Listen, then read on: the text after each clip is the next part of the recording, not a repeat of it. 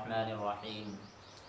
آج جو آپ لوگوں کے سامنے حاضر ہوا ہوں وہ خلاصۃ القرآن کو لے کر حاضر ہوا ہوں، کیونکہ خلاصہ تراویح کا سلسلہ ہمارا چل رہا ہے، تو 20واں روزہ ہے اور 20واں پارہ ہے۔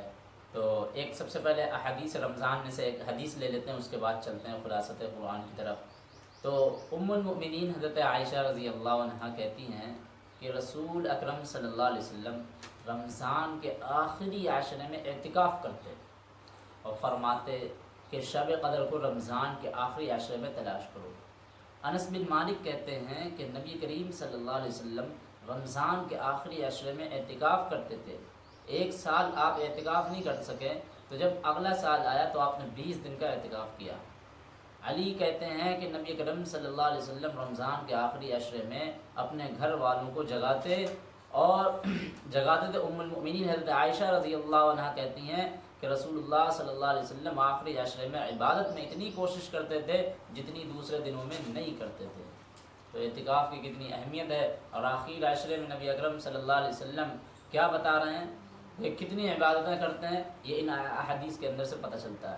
تو چلیے اللہ تعالی ہم لوگوں کو آخری عشرے میں اپنی جو ہے مغفرت کا سامان کرنے کی توفیق عطا فرمائے، اور خلاصہ تراویح کی طرف چلتے ہیں۔ تو 20واں پارہ ہے جو کہ امن خلق السماوات والارض وانزل لكم من السماء ماء فانبتنا، یہ اس سے شروعات ہے۔ لیکن اس میں سورہ نمل کا بقیہ حصہ ہے۔ اس سے پہلے ابھی بتا چکے ہیں سلیمان علیہ السلام اور چیونٹی کا، اب ہے سورہ نمل کا بقیہ حصہ۔ اس میں سورہ قصص ہے، سورہ عنکبوت بھی ہے۔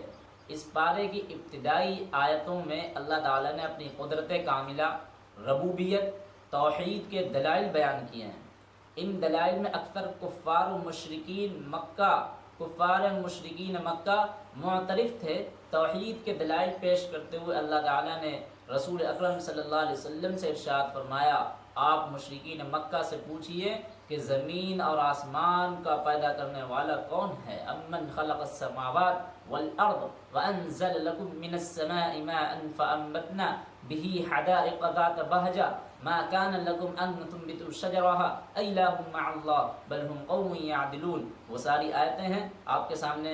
تو اللہ تعالیٰ کیسے اپنے مضبوط دلائل پیش کر رہے ہیں اپنی قدرت کے، اور مشرکین مکہ سے کہہ رہے ہیں نبی اکرم صلی اللہ علیہ وسلم سے متعلق کہ کہہ دو، ان سے پوچھو کہ زمین اور آسمان کا پیدا کرنے والا کون ہے، تمہارے لیے آسمان سے پانی کون برساتا ہے، پھر اس بارونق باغات اور درخت کو کون اگاتا ہے؟ یقیناً یہ لوگ کہیں گے یہ سب اللہ کرتا ہے۔ تو ان سے کہیے پھر تم کیوں اللہ کے سوا کسی دوسرے کو معبود کرتے ہو؟ الہ مع اللہ، اور کیوں کسی دوسرے کی عبادت کرتے ہو؟ اللہ نے مزید کہا، آپ مشرکین مکہ سے پوچھئے کہ زمین کو تمہارے لیے کس نے قرار کی جگہ بنائی جبکہ وہ لرزتی تھی، تم آرام سے اس پر زندگی گزارتے ہو؟ اس میں نہریں کس نے جاری کی؟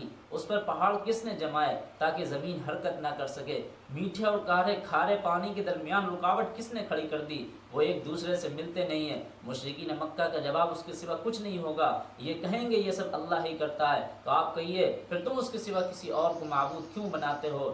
نیز جب انسان کو کوئی پریشانی لاحق ہوتی ہے، وہ کسی مرض یا کسی مصیبت میں گرفتار ہوتا ہے تو وہ پکارتا ہے، پھر وہ تکلیف دور کرتا ہے، یہ سب کون کرتا ہے؟ تو وہ جواب دیں گے اللہ کرتا ہے۔ تو آپ ان سے پوچھئے کہ تم چھوڑ کر دوسرے معبودوں کی پرستش کیوں کرتے ہو؟ اللہ کو چھوڑ کر دوسروں کے در پر کیوں بھٹکتے ہو؟ حقیقت یہ ہے کہ تم لوگ بہت کم نصیحت حاصل کرتے ہو۔ اللہ تعالیٰ یہ اپنے مضبوط دلائل دے رہے ہیں، اور اس کے بعد ان سے کہہ رہے ہیں پوچھو ان سے۔ تو اللہ تعالیٰ نے بیان کیا مشرکین قیامت کے واقع ہونے کو بعید سمجھتے ہیں، اور اللہ کے رسول اور مومنوں سے پوچھتے ہیں کہ اگر تمہیں اس کے سچا ہونے کا دعویٰ ہے تو بتاؤ کہ وہ وقت کب آئے گا اور قیامت کب آئے گی؟ اللہ تعالیٰ نے جواب دیا، جس عذاب کی تمہیں جلدی ہے اس کا کچھ حصہ تم پر نازل ہونے والا ہے، یعنی مختلف غزوات میں تم دیکھ لو گے۔ پھر اللہ تعالیٰ نے قیامت کے واقع ہونے کی ایک نشانی بتائی کہ ہم زمین سے ایک جانور نکالیں گے جو ان سے بات کرے گا۔ تم لوگ ان آیتوں پر ایمان نہیں لاتے ہو جن میں قیامت کی خبر دی گئی ہے۔ میں قرب قیامت کی نشانی ہوں، مجھے اس اللہ نے قوت گویائی دی ہے جو قیامت کے لانے پر قادر ہے۔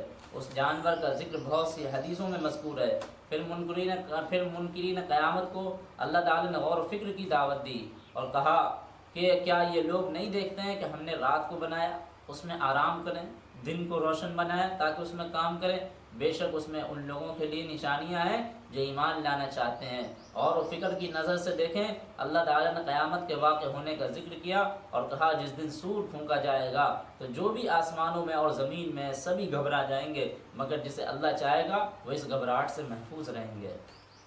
اس کے بعد سورہ قصص شروع ہے۔ اس کی ابتدائی آیتوں میں اللہ تعالیٰ نے نبی کریم صلی اللہ علیہ وسلم سے کہا، ہم آپ کو موسیٰ اور فرعون کا سچا واقعہ سناتے ہیں جو اہل ایمان کے لیے فائدہ مند رہے گا اور ان کے ایمان میں توثیق آئے گی۔ قصے میں بیان کیا گیا کہ مصر کا بادشاہ جو فرعون کے لقب سے جانا جاتا تھا، وہ اپنی تمردار اور سرکشی میں اپنی تمرد اور سرکشی میں حد سے تجاوز کر گیا تھا، یہاں تک کہ وہ رب اور فرعون ہونے کا دعویٰ کرتا تھا۔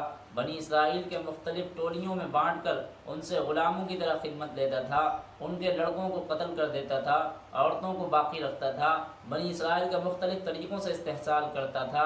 اللہ تعالیٰ نے بنی اسرائیل کو فرعون کی غلامی سے نجات دلانے کے لیے اپنے دین کی تبلیغ کے لیے موسیٰ کو رسول بنا کر فرعون کے پاس بھیجا، تو فرعون نے انکار کیا، سرکشی کی، موسیٰ علیہ السلام کی تکذیب کی، جس کی وجہ سے اللہ تعالیٰ نے فرعون اور اس کی قوم کو غرق کر دیا اور ان کی جائیداد اور ان کا اور ملک کا بنی اسرائیل کو وارث بنا دیا، جیسا کہ اللہ تعالیٰ نے دوسری جگہ سورہ اعراف میں بیان کیا کہ ہم نے ان لوگوں کو جو کمزور سمجھے جاتے تھے اس سرزمین کے مشرق و مغرب کا وارث بنا دیا، جس میں ہم نے برکت رکھ دی اور آپ کے رب کی بات بنی اسرائیل پر پوری ہو گئی۔ ہم نے برباد کر دیا جو فرعون اور اس کے لوگ بلند بالا عمارتیں بناتے تھے۔ تو اس صورت میں حضرت موسیٰ علیہ السلام کی پیدائش، ان کی نشب نما کو بھی تفصیل سے بیان کیا گیا، ساتھ ہی جوانی کے وقت میں ان سے ایک معاملہ سرزد ہو گیا تھا، اس کو بھی بیان کیا ہے۔ وہ واقعہ یہ ہے کہ ایک دن موسیٰ علیہ السلام شاہی محل سے نکل کر شہر میں آئے جہاں عام لوگ رہتے تھے، تو دیکھا دو آدمی آپس میں جھگڑ رہے، ان میں سے ایک اسرائیلی تھا، دوسرا فرعون کی قوم کا تھا۔